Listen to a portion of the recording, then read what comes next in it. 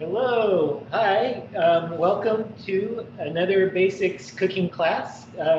My name is Sam Maggi. I'm a culinary mentor and chef at Basics Market.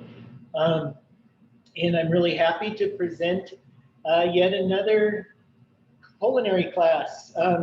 Today we're looking at a roasted vegetable recipe. We're using um, cauliflower, bell pepper, and some rainbow chard. Um, so all really nice, nutritious vegetables. And one reason I wanted to present this recipe is to show everyone how to put together a delicious cashew sauce. Um, Cashews are a great way for vegetarians and vegans, especially to get a creamy type of sauce. And you can use it in all sorts of dishes. I'll make a cashew cream for noodles, like an Alfredo, something like this. So this is a great skill to play around with. So we're going to go ahead and start with that sauce. And then we're going to roast some cauliflower and bell pepper and then saute the chard and the mushrooms.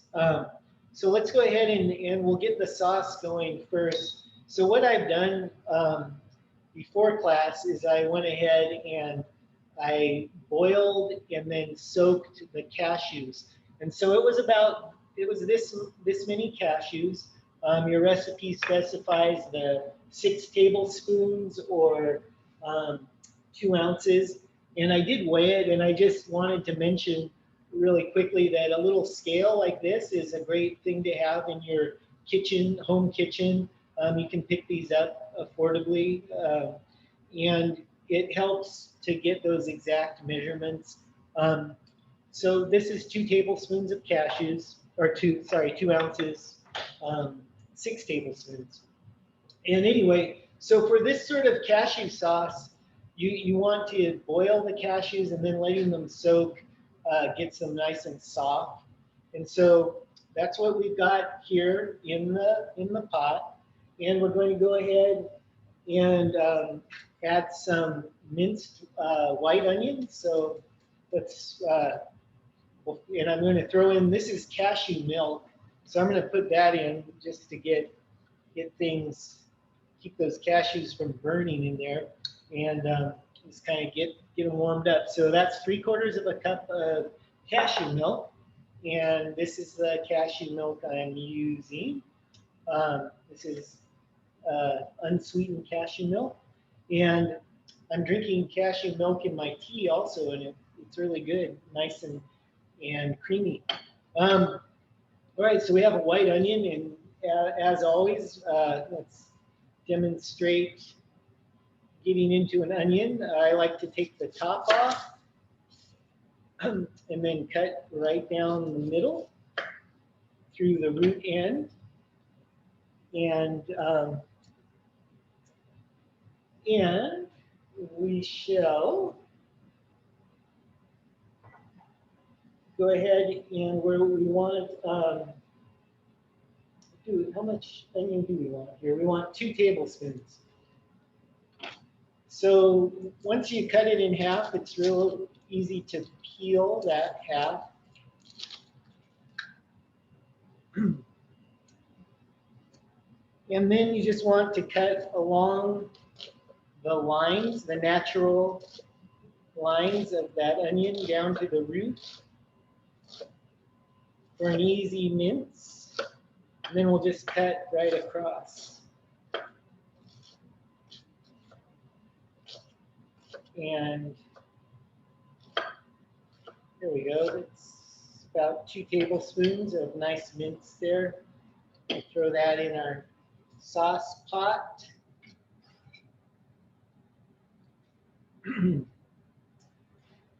Okay, now we've got a garlic clove, and we're going to peel and slice this.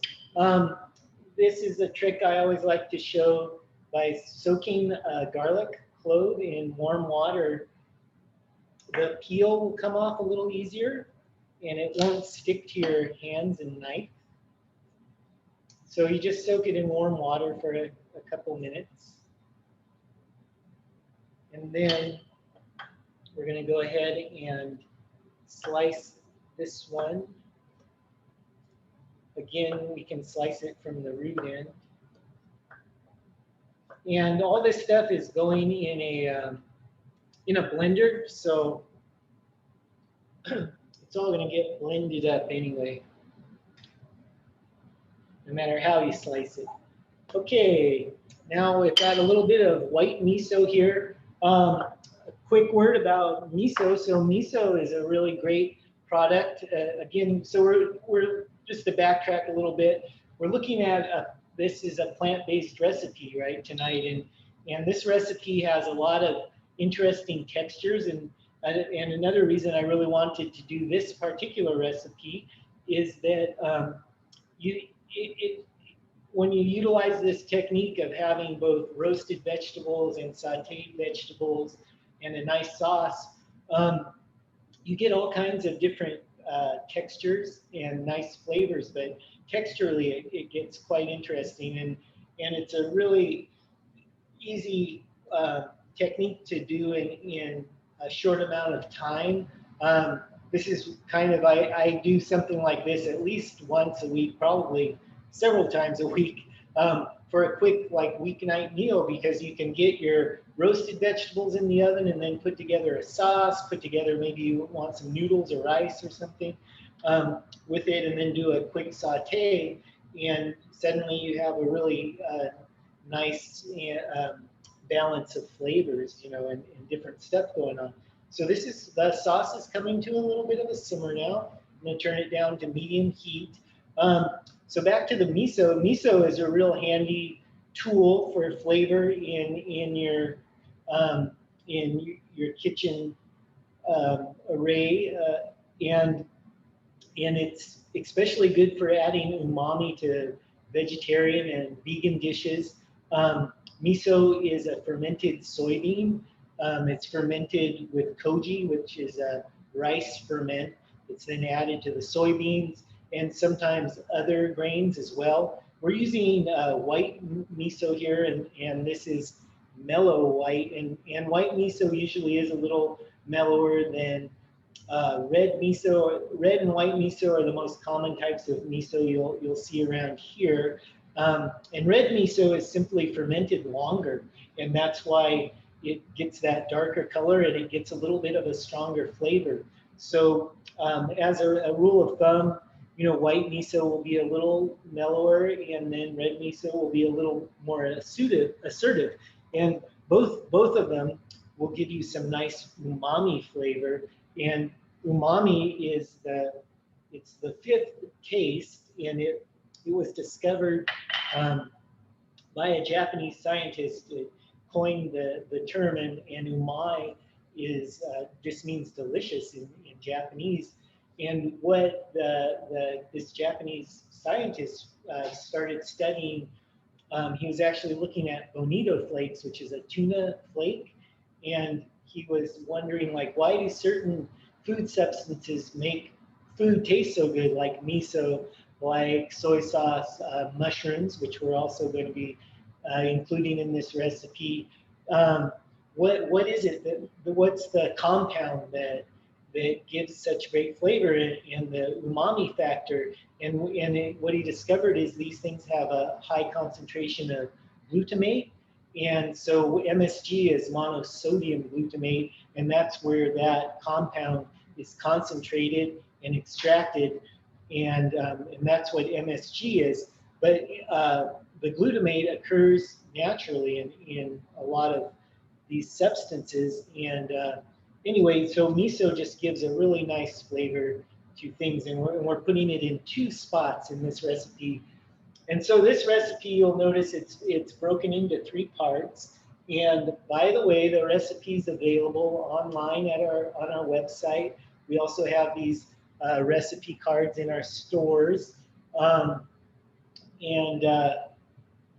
those are a good place. You can print the recipe off from our online recipe catalog. If you go to basicsmarket.com and go to recipe library, I think there's a classes and recipes section, and there's a whole bunch of neat recipes there to have a look at.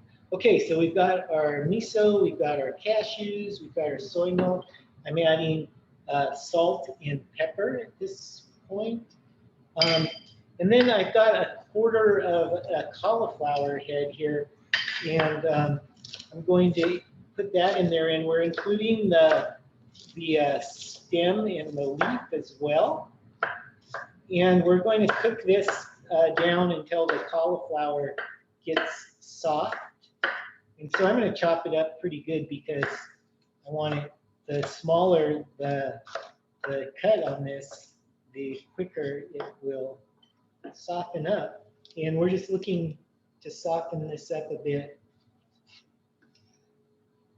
before we blend it all up. And then I'm going to throw a bay leaf in there as well. All right.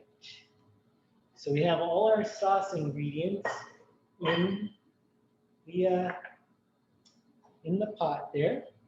And I'm just going to grab a spoon, give it a little stir, and get all that stuff covered.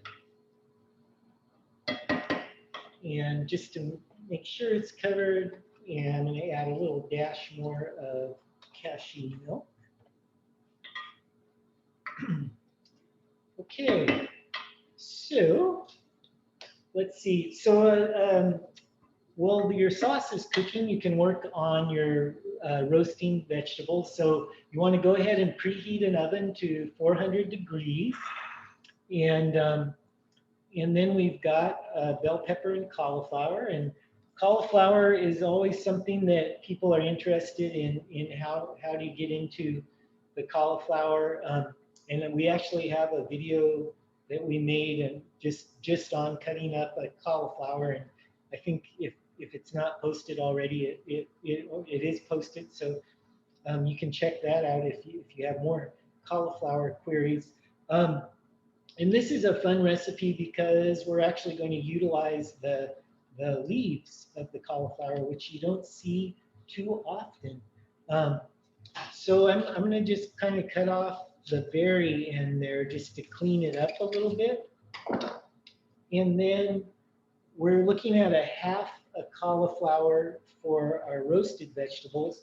So by cutting off that stem end, I've created a little bit of a nice flat surface, which with any vegetable that's a bit wobbly or unruly, which vegetables tend to be, they like to come in all shapes and sizes, right? So when we're working with them, you want to create a stable base to cut on. And so we've got that. And I'm going to go ahead and just cut right down the middle. And then I have my half a cauliflower. We're going to use the other quarter. You could use the other quarter for your sauce. And so I already previously cut one, and that's that quarter there. So, all right. So now we can go ahead and remove our stems and leaves.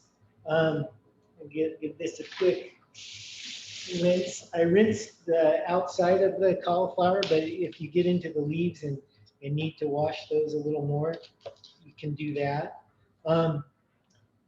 So we're just going to cut these in chunks. Okay, and then we'll want a large bowl. And I'm going for a really big one because I want to toss the vegetables. And then, so with your cauliflower, you can. I have the leaves off, and now I'm going to take what is called the florets, right? So for the florets, you just pop them right off.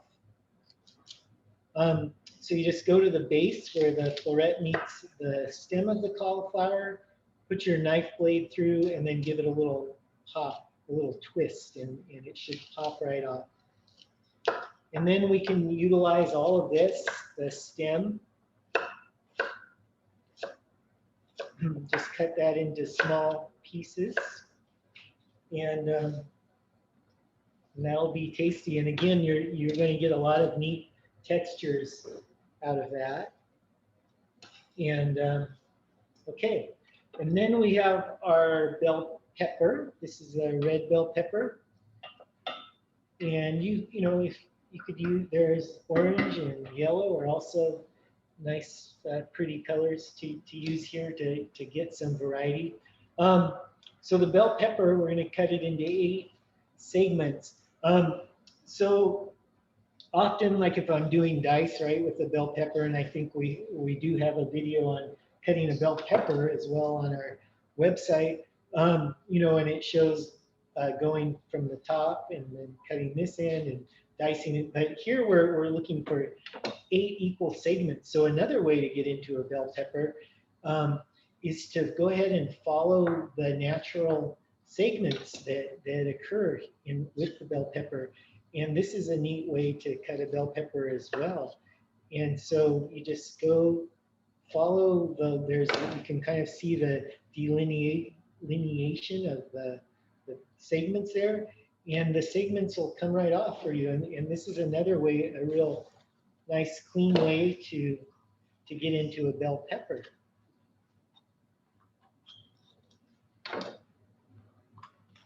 And then you're left with the seed pack, and that can just go into your little compost bowl. Right? We always keep a compost bowl handy to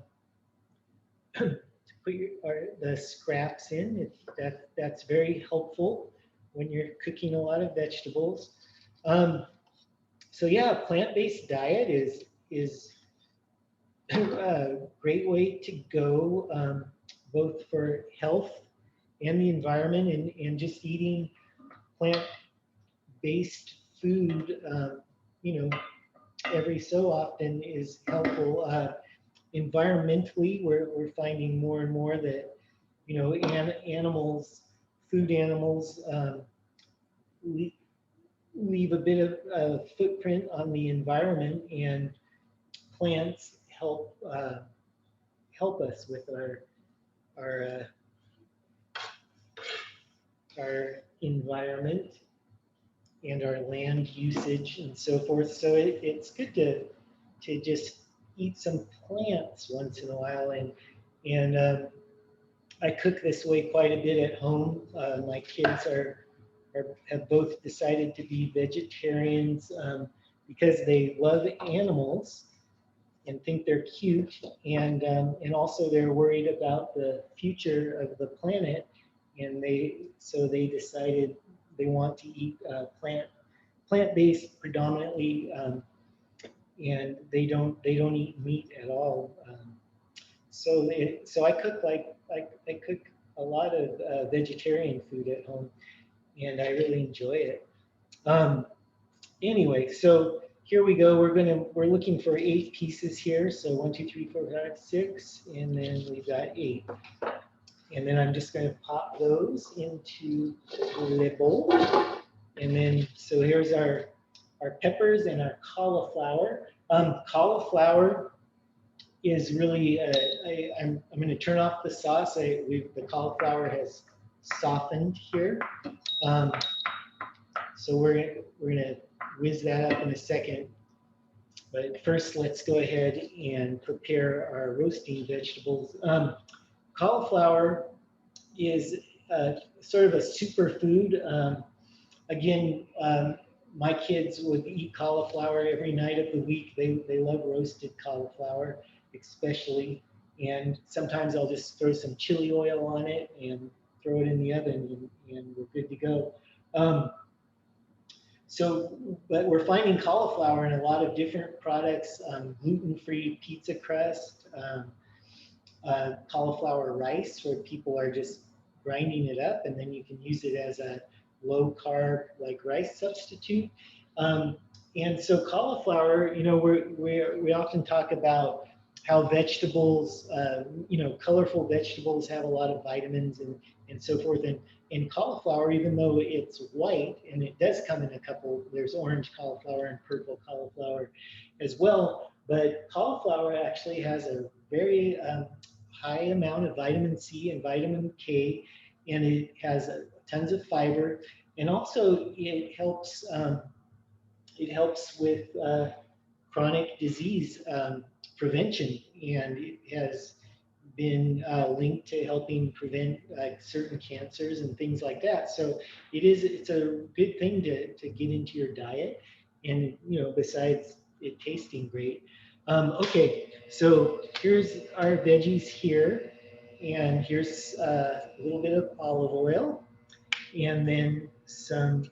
And so I'm putting the olive oil first, and I'm going to kind of coat that, the veggies with the oil first, because then our spices, our salt and pepper and paprika, that stuff will stick to the veggies better this way. And here's a little bit of paprika.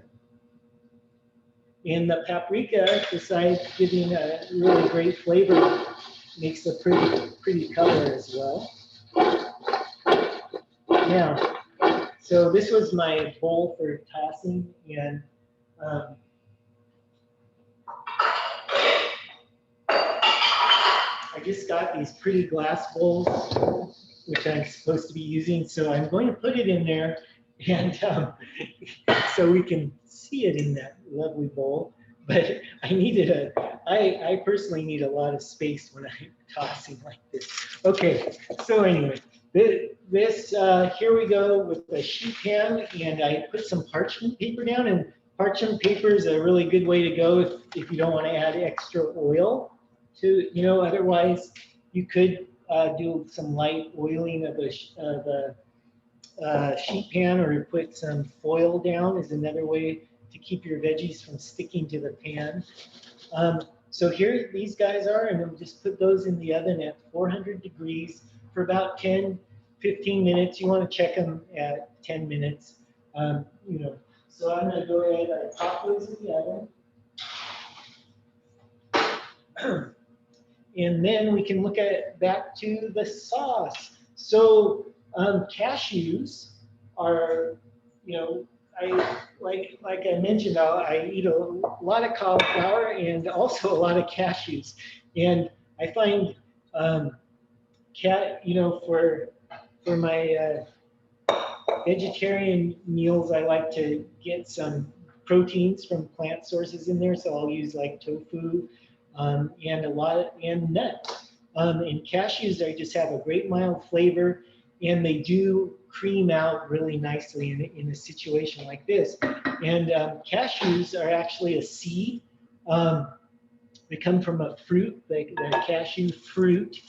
And so when you're looking to buy some, you want some raw cashews, they'll actually be steamed, because the cashews need to be cooked to remove any residue of toxins. There's a toxin that occurs in the cashew between the skin and the flesh layer, I believe. And if the little bit of that toxin can get onto the seed, and then it can cause a rash and some allergic reactions. So most cashews you'll find will have been, and you want to look for that, make sure they've been steamed. And if they are really raw cashews, you'll want to roast them a little bit yourself, or steam them. And in countries where cashews grow, they get juice from kind of a bitter juice from the fruit, and they make a liquor with the fruit. But it's a really neat food, and they have protein and vitamins and a lot of great stuff. Okay, so we're going to put our sauce in, and because it kind of cooked down to a point, I noticed we're going to and because I didn't follow directions and I put everything in there at once, including the miso. So I'm just going to put everything in the blender and see what we have. And what if it's a little bit thick, I can add more cashew milk to thin it out a little bit. And so I'm going to bring the blender over a little bit here. Well, I guess this will work. We'll just do it right here, and I'm just going to blend this up.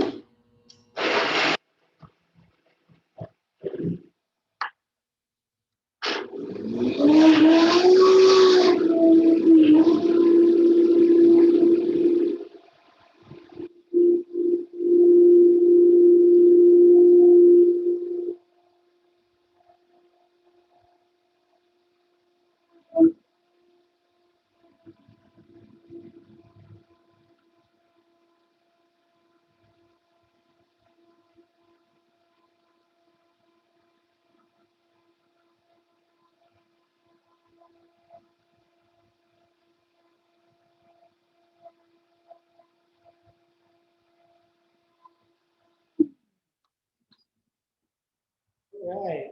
So you're just looking for a you know a nice thick yet saucy sauce. Here we go. I'm going to pour it right into this, and then we'll pour it over our veggies when they're ready. So you can see that looks just like a cream sauce, right? Very nice, and that's what we're going for. Okay. So veggies are roasting. We have our sauce, and now we can look at putting together the sauté veg.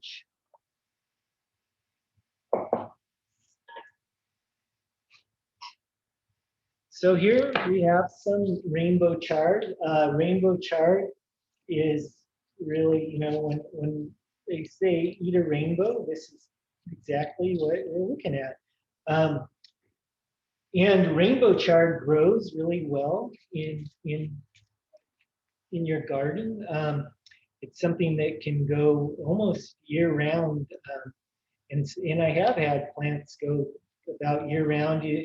You just have to go and pick them out of the snow once in a while and stuff like that. But they're very hardy, and for sure in summer you can just get a lot of leaves off of a chard plant. So it's worth planting in your yard or your garden. And it's really a great versatile green. So let's get a skillet. So I have a skillet here with a lid.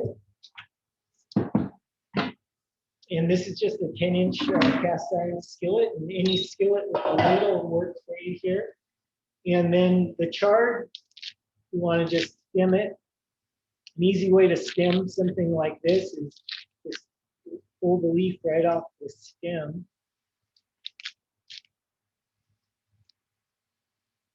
And I think our recipe calls for half a bunch. So we'll go with that much. And then we're going to cut it into 1-inch slices. So with a leafy vegetable like this, like chard or kale, you can do a chiffonade cut, and that's where we just take our leaves and lay them out, and then roll them up. And then the chiffonade, and this is a great way to cut lettuce also, like for tacos or something like that. You can cut it finer, and then you'll get a nice strips. But we're looking at like 1-inch strips or so. So thicker strips.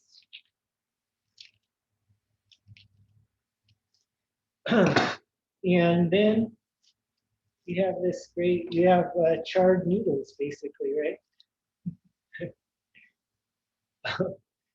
All right, so there's our chard. And then we have mushrooms. And so I have some cremini mushrooms here, and any mushroom you like will work great here. Or, you know, use a variety of mushrooms. That would be pretty cool. If you're using like an oyster mushroom or a trumpet mushroom, you could pull them into strips, and then they get a really great texture. And mushrooms are, again, you know, we talked about miso and umami, and mushrooms is another food that's very high in umami, which is that fifth taste. You know, you have salty, sweet, um, and etc. And then umami. Um, so again, there's a high level of glutamate in the mushroom, and mushroom. So we're gonna slice these. So to slice a mushroom, we'll just again, you want to create a little bit of a base, and then mushrooms slice up really nicely. Um, so mushrooms are, I did say this was a plant-based recipe, and besides the mushrooms, because mushrooms are not a plant. They're not a vegetable, nor are they an animal. They belong to their own kingdom, the fungi kingdom. And the fungi kingdom is the largest by quite a bit um, group of living organisms on the planet. And more we're finding how important mushrooms are to life on Earth, and how intimately humans are related to mushrooms. Um, there was just this year a really exciting discovery of the oldest mushroom fossil to date, and I believe it's over 5 million years old. Theoretically, they think the first mushrooms are a billion years old, and mushrooms were the first organisms to come out of the sea and come onto land. And every time there's been a an extinction event on Earth, mushrooms, fungi are the first thing to come back. And then from that base, other plants and other organisms are able to develop. So um, mushrooms were the first guys to um, about, I want to say 500 million years ago, mushrooms developed the first stomach sacs. So they took food in and they're able to digest it in a stomach sac, and that led to various animals. Um, so when you hear the mushrooms cry out, you just have to ignore that and remember how tasty they are, right? So not an entirely, this is a plant and fungi based dish. And but mushrooms are very good for us as humans. We do have this relationship with them through time, and we're made to receive the nutrition from them. Okay, so we've got our mushrooms, and we've got our chard. Um, let's see what else we got. Oh yeah, shallot. So shallot is a nice, sweet little onion type guy, and we can go ahead and take the end off. With the shallot, you can do a similar thing as with an onion, and take the top end off and then cut it in half, and then it's real easy to peel. Often shallots will have several uh, parts inside. So I'm just going to go ahead and peel this guy and slice it. And so to slice the shallot,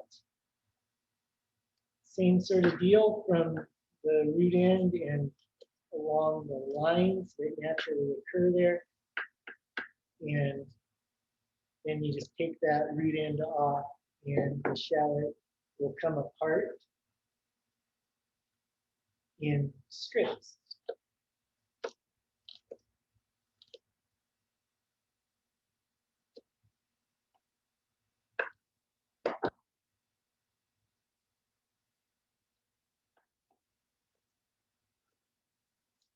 All right, so now we've got our sliced shallot.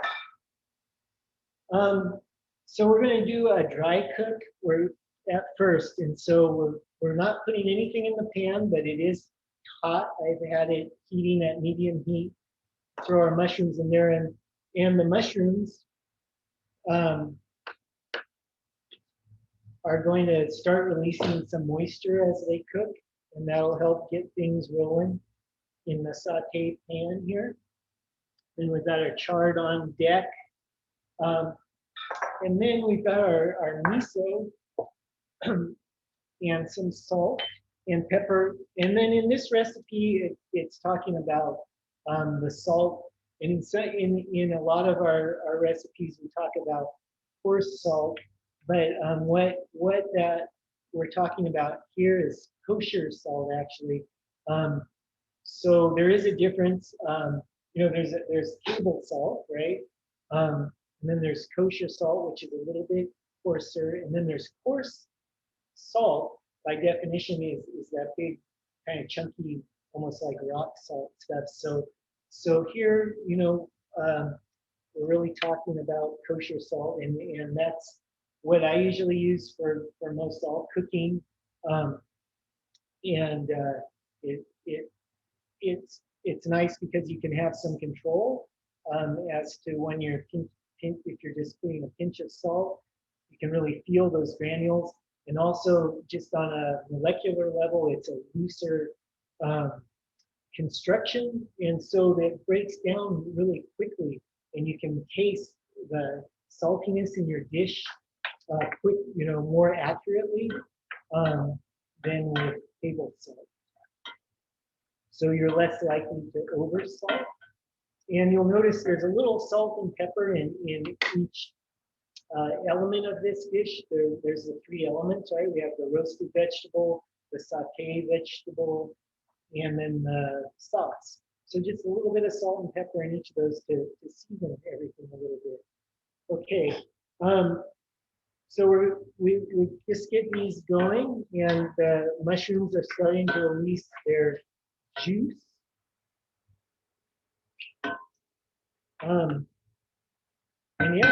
And so in Oregon, we actually have the largest living organism in the world is in Oregon, and it lives in the Blue Mountains, and it's a mushroom, and it covers I think 2,000 square miles, and it is 2,200 years old, and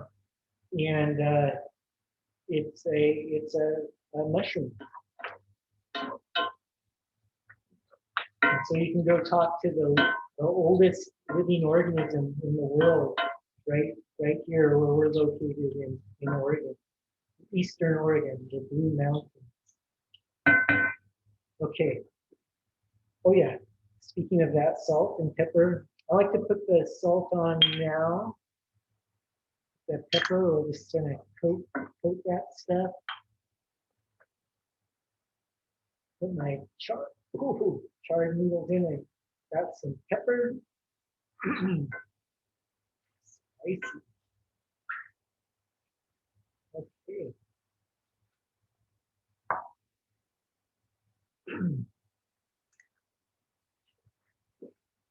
And then I'm going to just sauce this miso out a little bit by adding a tad of water. And then I'm just going to mix that a bit. So I'm just going to dissolve the miso in the water. And what this is miso soup, right? And tamari is a byproduct of miso. Tamari is the liquid that rises up as miso is fermenting. And again, just a great source of flavor.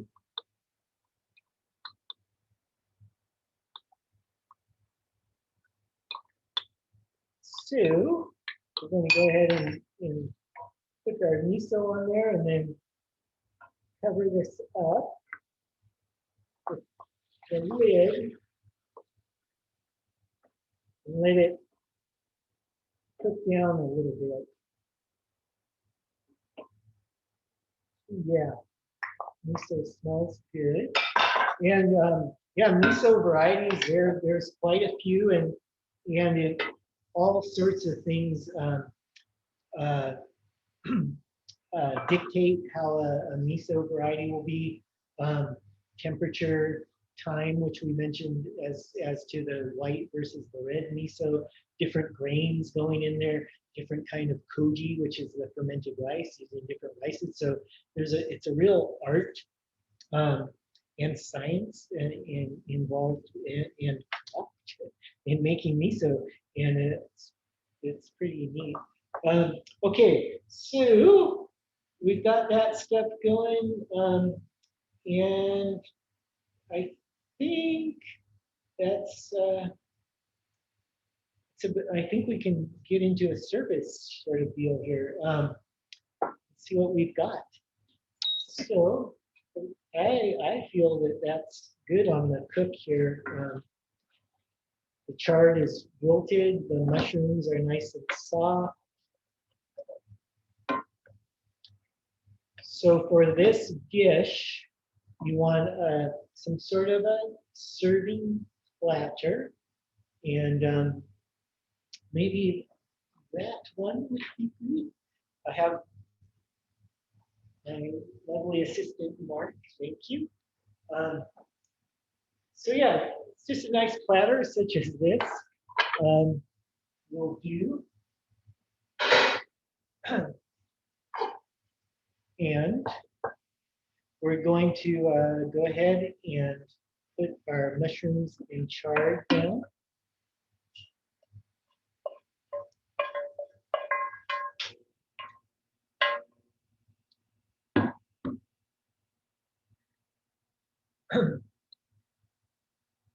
And then we will, so you want to make a nice bed here for your roasted vegetables. And then have my roasted veggies here. And you can see the color is really nice on those. And I'm just going to dump those right on top.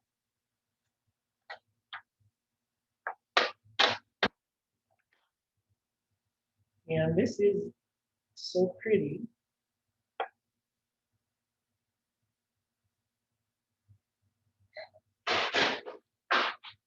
Okay, and then we have plenty of sauce. And one neat thing about this recipe I've noticed is you always have plenty of sauce, and you usually will should have a bit extra than what you need just for these vegetables. So, this sauce will last in your refrigerator for several days in a jar.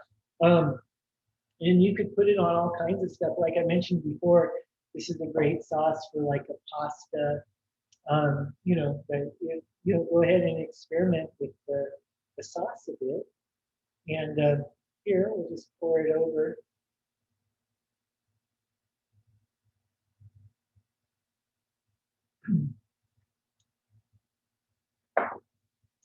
And here we go. There's the dish, and maybe a little greenery on top might be nice, or a touch of parsley or cilantro or something chopped up would look cool. That's it, and it looks lovely just like that. And let me taste it.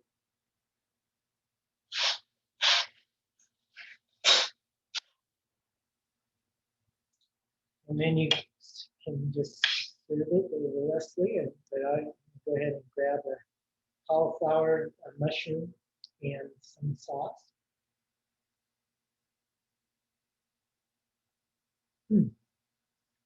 really good. As I mentioned earlier, you get a real nice variety of textures. Paprika, I use smoked paprika, so you get a little bit of a smoky hit, and then all that umami flavor from the miso in the various pieces there, and then also a good a little bit of spice from the black pepper. And I like black pepper as a heat source, and often I underestimate its power, but it really can have a good punch, and it comes through here. So thanks for watching. And yeah, question. There's a question about freezing the sauce. Will the sauce hold up frozen? Yeah, I think it would hold up frozen great. Yeah, that could be done. Just put it in an airtight container or a Ziploc baggie, something like that, and or you could put it in. A good way to freeze sauces is in an ice cube tray, and put it in an ice cube tray, freeze it, and then pop it into a baggie. And then you can just take a couple of those cubes at a time, because this is a good amount of sauce. And so you could utilize it over time that way. Are there any other questions? Okay. Well, thanks again for joining me tonight.